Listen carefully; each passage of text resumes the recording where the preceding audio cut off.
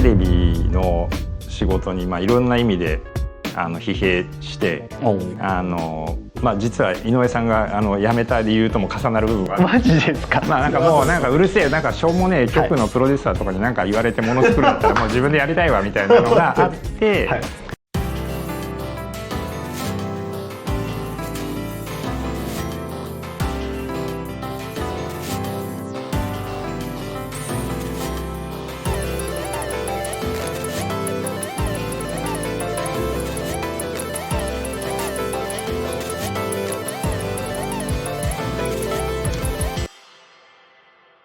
僕はイデオロギーを入れることって難しいなと思っちゃうんですよね。やっぱある意味広く皆さんに見てもらうって時にどうしても自分の考えのイデオロギーが出やすい政治ネタってやっぱ出てしまうじゃないですか。それを抑えるのも難しいし、抑えすぎるのもおかしいし、でもみんなに見てもらいたいっていう八方美人なのもおかしいしってなった時の、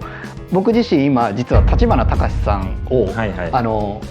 取材をしている時に、なんか政治の話ばっかりになっちゃって取材してると、これどうしたもんかなっていうのがめちゃくちゃ今困ってて。立花隆は難しいですね。難しいですね。いやめちゃくちゃ聞きたいです。本当にもう一緒にこういう風に対談させていただけるだけで本当に光栄で、もう大巨匠ですから。い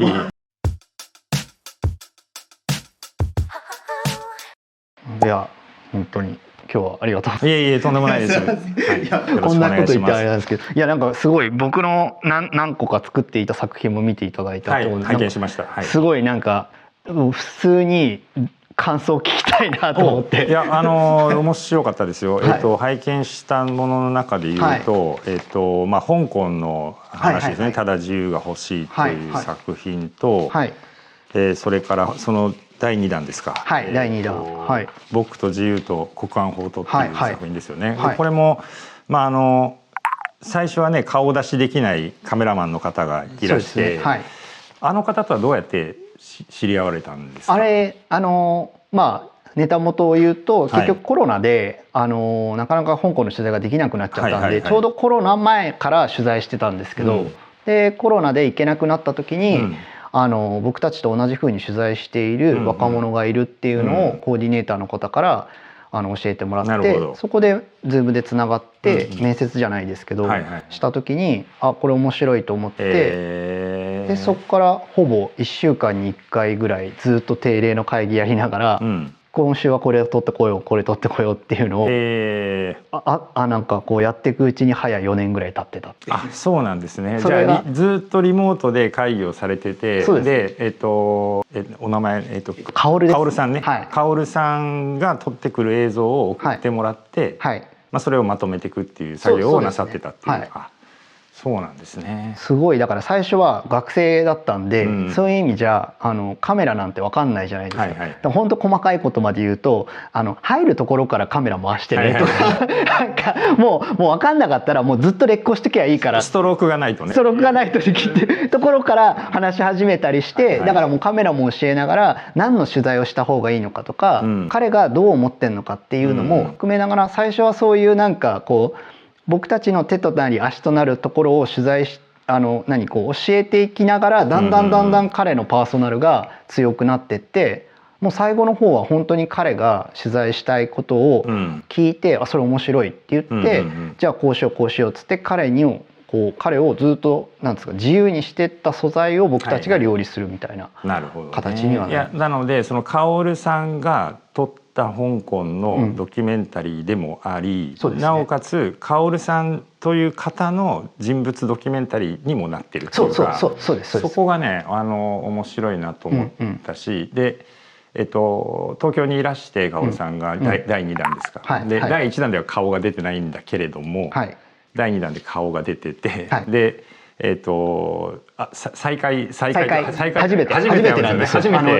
直面するのは初めてだったんですよね。あそこも面白いなっていうか、なんかこうすごくなんていうかな、継続したことによって、顔出しも含めてなんですけども、成立した、すごいドキュメンタリーだなって。思いましたね。あとはその、撃てない銃を、作って撃てない銃を作ってる先生です、中村先生ですか。中村先生ですね、ニューヨーク大学。中村雅人さん、この方のドキュメンタリーもとても面白かったですね。本当ですか。嬉しいです。なんといっても被写体が取材中に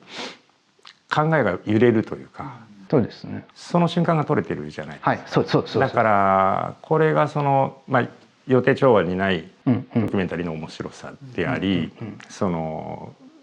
中村さんが行き詰まっていくっていうか、そうですね。ご自身のやってることがうまくいかなかったり、これ本当に意義があるんだろうかみたいなことで葛藤されますよね。でMIT のなんか偉い先生に結構ねディスられたりとかしてねすごいなこのシーンみたいな、よくこんなの撮れてるなみたいな感じで、いやでも難しい話だなって、やっぱり銃のことは日本人にはちょっとなかなかわからない、銃でね守るのは当然みたいな人が結構いたりしますからね。これもねすごく興味深かった。あとは目撃日本ですよね。バスのコロナのバスの観光会社。これはもう何と言っても首を言い渡すシーンが撮れてるっていうのが、これ結構難しい。そうなんです。普通はなかなか撮れないんで、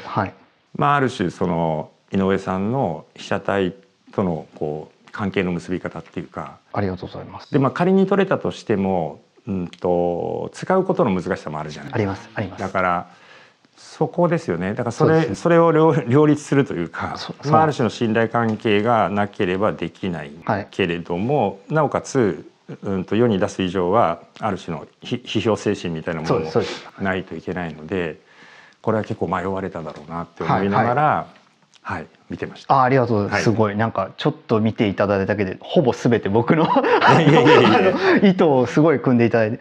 今直近にあったまさに目撃日本のコロナのシーンなんかは、あれは撮ってる時間よりもクビにされる方たちへの説得の時間の方が長くて、そうですよね。まさに要はクビにする側の会社側は先にやっぱ許可を取ってたんですけど、当然クビにされる側はやっぱぶっつけ本番で取れるか取れないか分かんないけど僕は説得しますっていうことで何も言ってもらわないようにしてたんです。で彼らに説得するのが 2,3 時間あって、でどう説得したかっつったら、やっぱりコロナで実際観光業が落ち込んでて、やっぱ人がどんどんこうクビにされてる現状はある中、たったやっぱニュースになると1っていう数字にしかならないじゃないですか。その1っていう数字をちゃんと僕たちは伝えるべきであって、それが NHK っていうやっぱ権威性もあるこう局で流すっていうことにおいて、多分政権とかにもそれが伝わるはずだから、あなたたちの1っていうのが本当にもしかしたら何万人の人の首を救う政策にでもつながるかもしれないんですよと。だからそのたった1で終わらせないでほしいっていうのをこんこんと2時間説得して、それでぜひ撮らせてくれと、僕はあなたたちの悲しみを絶対一つの悲しみで終わらせませんからって言ったら、4人とも顔を出さないでいいんだったら OK だっていう。だからそれ一つも含めてなんですけど、僕の作品って全部これはこだわってるのが自分の主観を出したいというか、なんか被写体のドキュメンタリーというよりは僕のドキュメンタリーをいつも作っていて、そこの多分僕の感情を入れることをすごくこうなんか注視しているようには作ってる4作品で、ちょっと見ていただきたいなっていうやつを送ったものなんですよ。いや本当に面白くすいません拝見しました。いやむしろその大島さんが、僕はこういう作品を作ってきましたけど、大島さん自身がこうドキュメンタリーを作るって時にこだわってることとか、ネタ選びとか、そういうところをちょっと逆に伺いたくて、まずどうやってネタを探してます？私の場合ですね、これリハクとかで、井上さんがお話しされているのを見たんですけど、まさに井上さんと同じで、もともとその思考が人物ドキュメンタリーだったんですよね。で興味持った人のを取ることで、その生き方とかから何かを自分自身も得たいし、その得たものを見る人にお伝えしたいっていう気持ちがもともと強くって、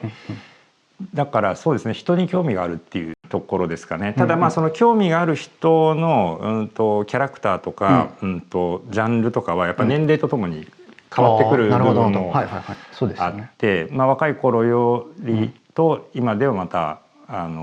少しずつこう興味が変わってきたりとかはしてますね。それで、そういろんな職業の方を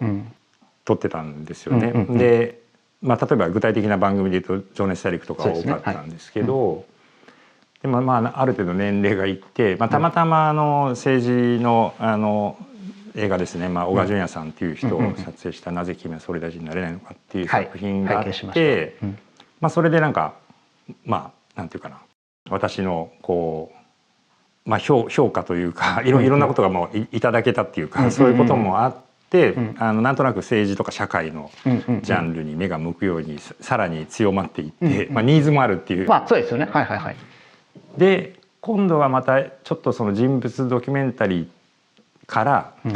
もうちょっとこう広く社会そのものとか、特に「国葬の日」って作品なんかもそうなんですけども、ちょっとそういう方向に今はそういう方向に興味がいってますね。なので自分自身のなんかやってきたことの結果がまた次につながっていったりとか、これ面白いなみたいなことだったり、そういうふうになってる感じですかね。小川さんの作品に関してはどの辺から興味を持ったんですか？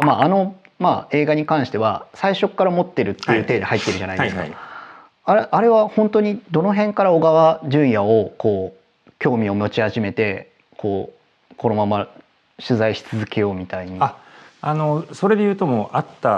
初めて会った日にめちゃくちゃ面白いなこの人っていうふうに思ったんですよね。それが2003年の衆議院が解散する日なんですけど、でとはいえめちゃくちゃ面白いんだけど、その出しどころっていうかそれがないっていう状況だったので、その後最初の選挙の時は実は小川さんと別の無所属の人と社民党の人と3人を取り上げて「地盤看板カバンなし」っていうタイトルでザ・ノンフィクションで放送してるんですよ。なるほど。でそれはもう選挙後すぐに放送してて、でその後は彼が初当選して東京出てきて時々会うようになって、であんまり何の目的もなくカメラ回したりとか、そういう関係だったんですよね。で映画にしようって思ったのは2016年で、だから初めて会ってから13年後に映画にしようと思って、で実際に公開したのが2020年、ものすごいスパンが長い本当にそうなりましたね。なんで16年の時に映画にしようと思ったんですか？これがですね、本当に意気揚々と代議士になったわけですよね。なったんですよね。で自分の力で日本を変えると言っていて、で本人もものすごく実際にすごく誠実で優秀だし、私自身も同世代で馬があったので期待したんですよね。で一回に2009年に民主党政権っていうのができて、まだ彼は当選2回とかでしたから、副大臣とかも行かず政務官とかだったんですけど、実際にはある程度期待されてたと思うんですよね。だけど、民主党政権が崩壊して、でその後安倍政権になって、もう安倍さん一強っていうね時代が続いていて、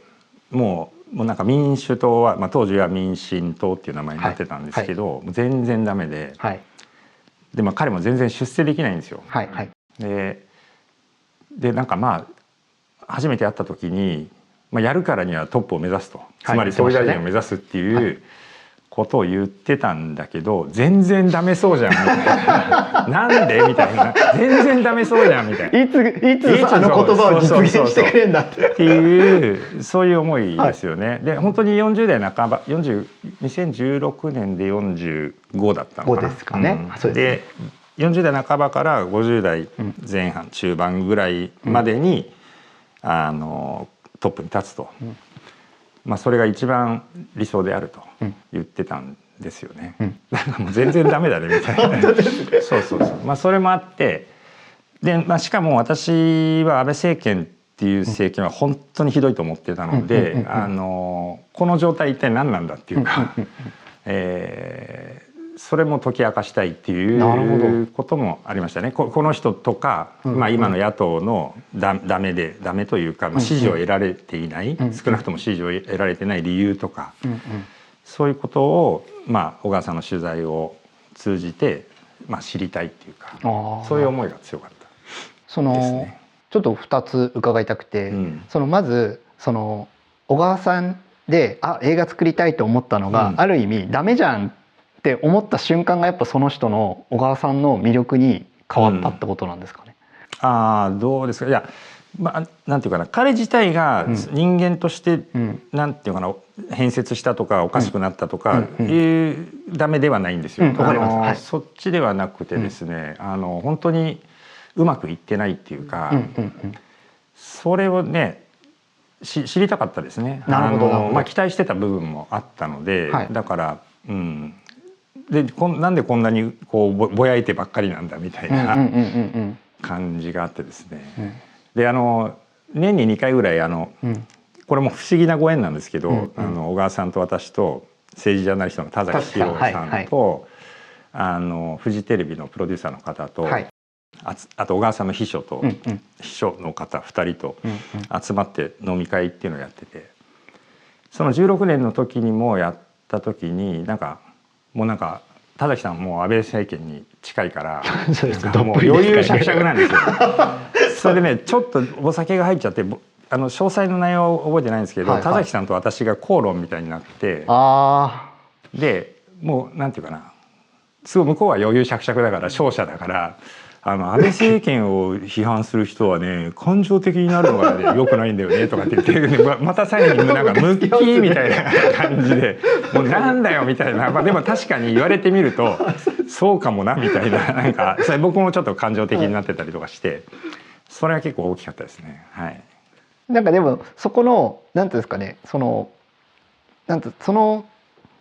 うまくいってないことを逆に面白く思うなんですかね、人間味みたいなところが出てくる。要は大島さんご自身がドキュメンタリーにおいての面白いって思うところっていうのは人間のどういうところなんですかね。でもそれも人によって違いますよね。でも個性的な人が好きだし、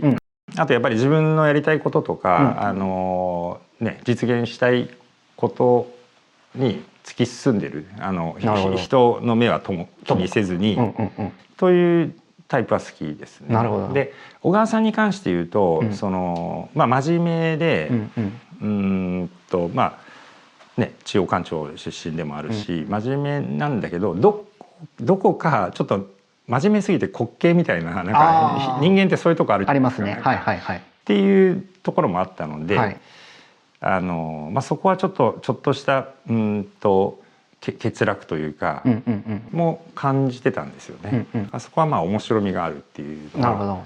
思いましたね。その面白みがあることが作品になるんじゃないかっていうことにつながって映画にしようみたいな。いやでもね本当に、小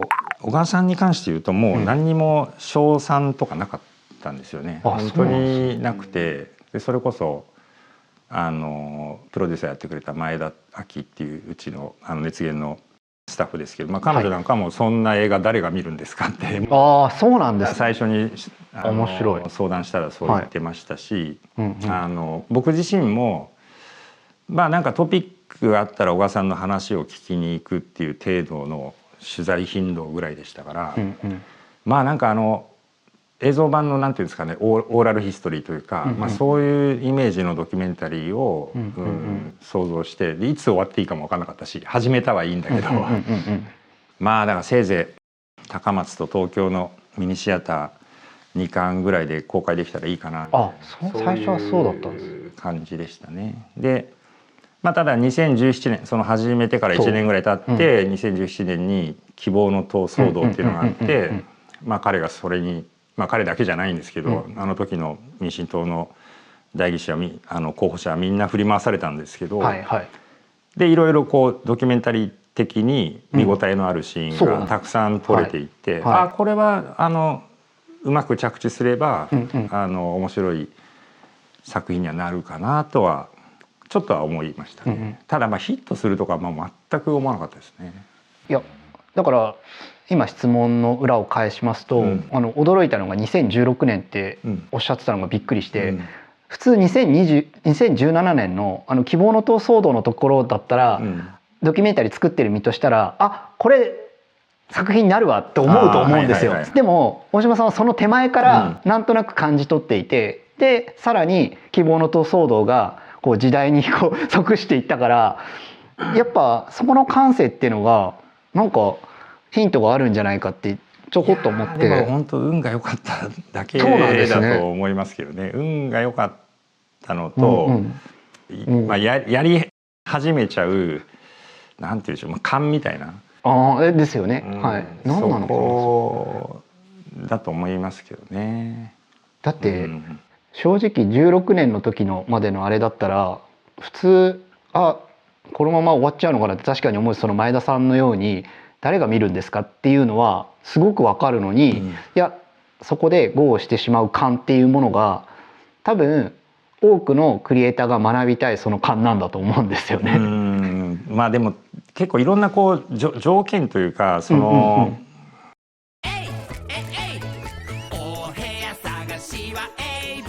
アンビリーバブルお部屋探しはエイブルエイブルお部屋探しはエイブルがワンダフルエイブルそれをやれる条件みたいなのもあるじゃないですか。で僕の場合は、小さな制作会社のオーナー社長だったから、そういう博打もできたっていうかっていうところも正直ありますよね。でもともとその遡ると、テレビの仕事にいろんな意味で疲弊して実は井上さんが辞めた理由とも重なる部分がある。マジですか。もううるせえしょうもねえ局のプロデューサーとかに言われてもの作るんだったらもう自分でやりたいわみたいなのがあって、2007年に38の時にシアトリカル唐十郎と劇団唐組の記録っていうのを作ったんですよね。でもそれも自分としては初めてファーストカットからラストカットまで全部自分の好きなようにやって、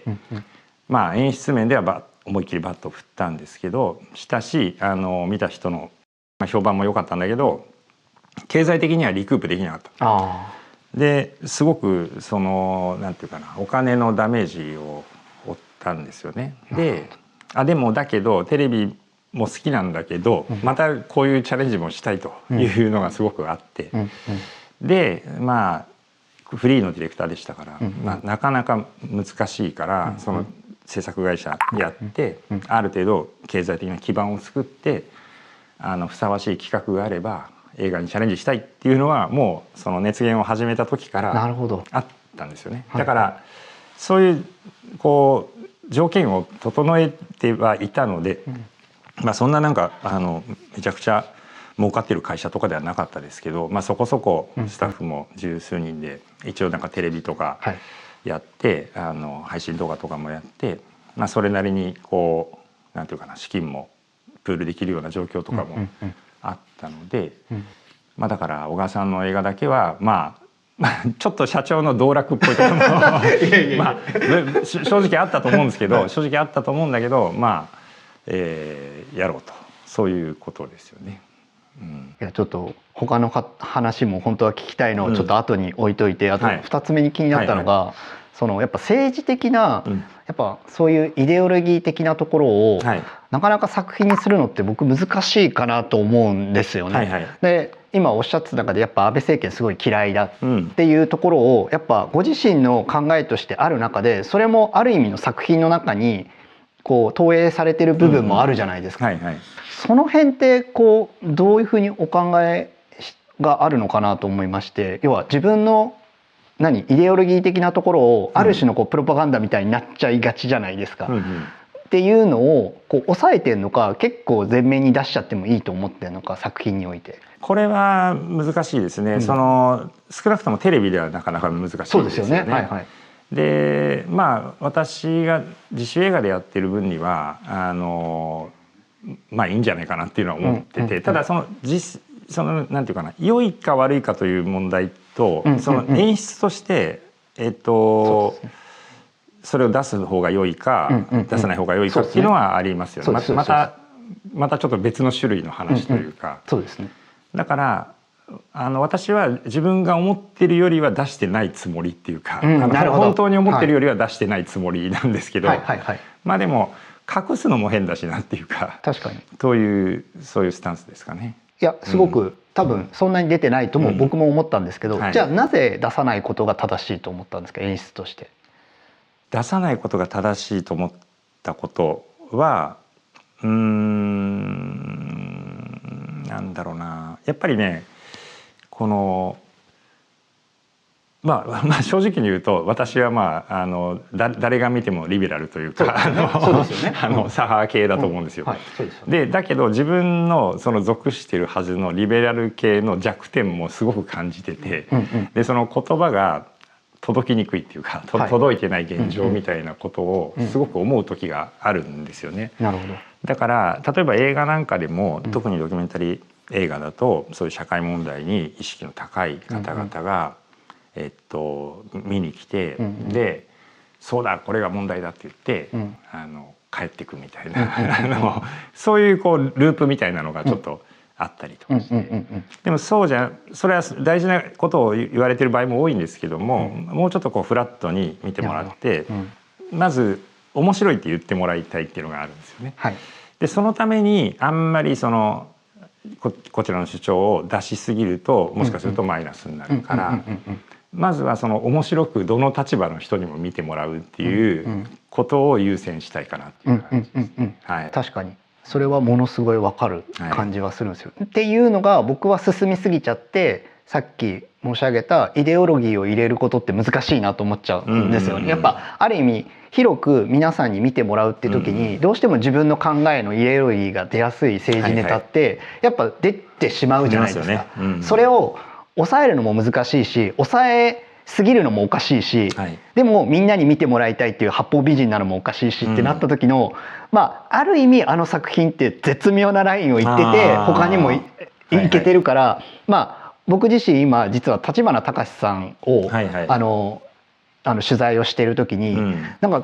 自分自身のスタンスの取材としてどういうふうにこの政治っていうものと面白い人物っていうものの取材の仕方をバランス取っていかなきゃいけないのかなっていう。立花隆さんをやるのは難しいです。難しいですね。これはどう出しても、なんかめちゃくちゃ批判されそうな可能性がないですか？ありますあります。もう実際やってるんですか？やってますね。だからそれはすごいな。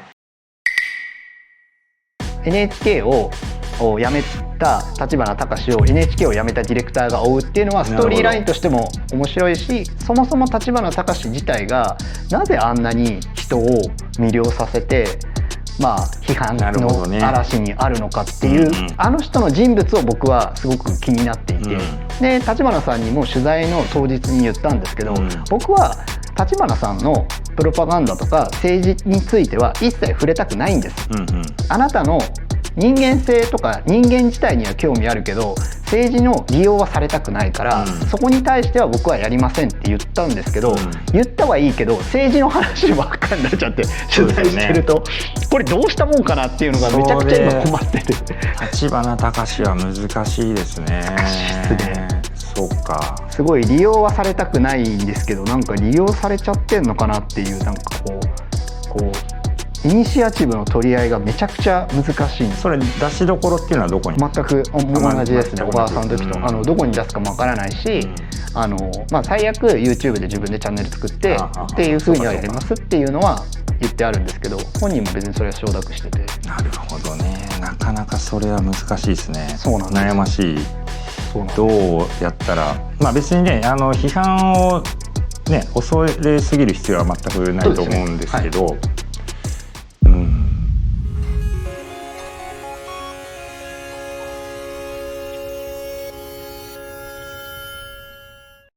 エイブルに来る人っていい顔してるよな。新生活を始める人だからね。俺たちもいい顔で出迎えなきゃな。はい、お部屋探しはエイブルに来てみる。エイブル